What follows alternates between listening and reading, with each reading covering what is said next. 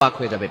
মধ্যরাত, এই রাতটা হচ্ছে রাতের শেষ অংশে যদি আপনার চোখ খুলে যায় তাহলে মনে করবেন আল্লাহ তাআলা আপনাকে সফলতার দ্বার প্রান্তে পৌঁছে দেওয়ার জন্য আপনার চোখটাকে খুলে দিয়েছে। কিন্তু দুঃখজনক হলেও সত্য, আমরা অনেকেই রাতের বেলা হঠাৎ করে চোখ খুলে গেলে অথবা ঘুম ভেঙে গেলে কিন্তু আমরা আল্লাহকে স্মরণ করি না।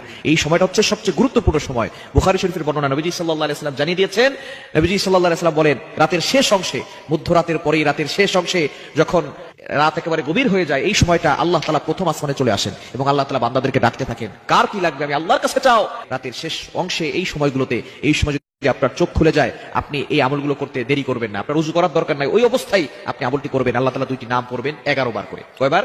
এবং দুইটি নাম পড়ার আগে আপনি 3 বার দুরূদ শরীফ পড়বেন। দুরুদের ভিতরে সর্বশ্রেষ্ঠ দুরুদ হচ্ছে দুরুদ ইব্রাহিম।